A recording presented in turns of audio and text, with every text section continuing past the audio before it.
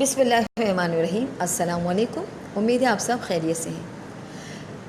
صبر و شکر کا دوسرا سوال صبر کے فوائد کے حوالے سے میں وضاحت کروں گی۔ صبر کے بے شمار فوائد ہیں۔ اللہ کے یہاں صبر کرنے والوں کے لیے بڑا اجر و ثواب ہے۔ قرآن شریف میں ارشاد ہوتا ہے کہ بے شک جو صبر کرنے والے ہیں تو ان کو بے شمار ثواب ملے گا۔ اسی طریقے سے امام غزالی رحمۃ اللہ علیہ سے نے فرمایا ہے، ہر نیکی کے اجر و ثواب کا خدا کے یہاں ایک اندازہ اور حساب مقرر ہے۔ اس سے مستثنا یعنی کہ صبر ہے، کیونکہ اس کا اجر و ثواب بے حساب ہے۔ صبر و دعا، یہ دو چیزیں مشکلات کو حل کرنے کی کنجی ہے۔ یہودی جو کہ حضور اکرم صلی اللہ علیہ وسلم سے اسلام قبول نہیں کرتے تھے، ان کی یہ وجہ تھی کہ ان کے دلوں میں نرمی اور تاثیر نہیں ہوتی تھی، اور دوسرا یہ کہ وہ عیش و عشرت کی چیزوں کو چھوڑنا ہی نہیں چاہتے تھے۔ جو پیغام حق قبول کرنے کے بعد برداشت کرنے ہوتے تھے انہیں چھوڑنا پڑے گا۔ اسی لیے حضور اکرم صلی اللہ علیہ وسلم نے اس روحانی بیماری کے لیے ایک نسخہ تجویز کیا اور فرمایا، اور رنج اور تکلیف میں صبر و نماز سے مدد لیا کرو۔ یعنی کہ حضور اکرم صلی اللہ علیہ وسلم نے واضح کر دیا کہ جب بھی انسان مصیبت میں ہو، تکلیف میں ہو، تو وہ نماز کی طرف بڑھے اور صبر کا دامن ہاتھ سے نہ چھوڑے۔ صبر کا ایک اور فائدہ یہ بھی ہے کہ صبر کرنے والا اللہ کے یہاں قدر و منزلت پا لاتا ہے، اور اس سے اللہ تعالیٰ کی قربت کا شرف حاصل ہوتا ہے۔ چنانچہ ارشاد ربانی ہے، اللہ صبر کرنے والوں کو پسند کرتا ہے۔ جس بندہ مومن کو اللہ کی محبت اور قرب حاصل ہو جائے تو پھر اسے غم و خوف ہو ہی نہیں سکتا۔ دنیا کی تمام مصیبتیں اس محبت کے مقابلے میں کمزور ہیں۔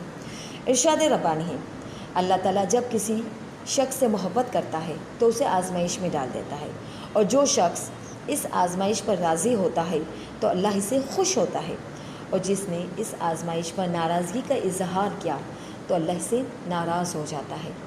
تاریخ گواہ ہے کہ جو عظیم لوگ گزرے ہیں انہیں بہت سی آزمائشوں سے دوچار ہونا پڑا۔ جب وہ آزمائشوں سے پورے اترے تو انہیں اللہ کا قرب حاصل ہوا اور وہ کامیاب و کامران ہوئے۔ قوت برداشت انسان میں تکلیف کا احساس نہیں رہتا۔ اس کے نتیجے میں انسان مشکل حالات کا بھی سامنا کر لیتا ہے۔ اس طریقے سے انسان میں قوت برداشت پیدا ہو جاتی ہے اور زندگی کے مشکل مراحل میں بھی آسانی سے کامیاب ہو سکتا ہے۔ حضرت شیخ عبدالقادر رحمۃ اللہ علیہ فرماتے ہیں، صبر کی عادت ڈالو، کیونکہ اس دنیا کی تکلیف برداشت کرنا آسان ہو جاتی ہے۔ صبر نہ ہو تو بیماری بھی عذاب، اور صبر ہو تو انعام۔ صبر آدمی کے گناہوں کا کفارہ بن جاتا ہے۔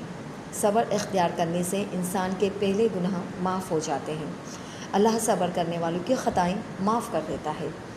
ارشاد ربانی ہے، مومنوں پر جب بھی سختی، بیماری، رنج یا غم، یہاں تک کہ اسے ایک کانٹا بھی چبھے تو اللہ اس کے بدلے میں کچھ خطائیں معاف کر دیتا ہے۔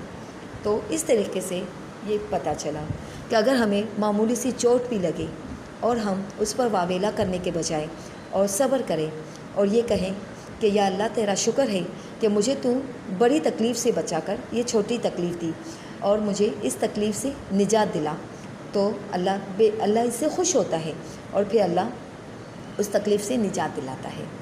تو امید ہے آپ کو میرا یہ والا سوال کی وضاحت اچھی طریقے سے سمجھ میں آ گئی ہوگی۔ شکریہ۔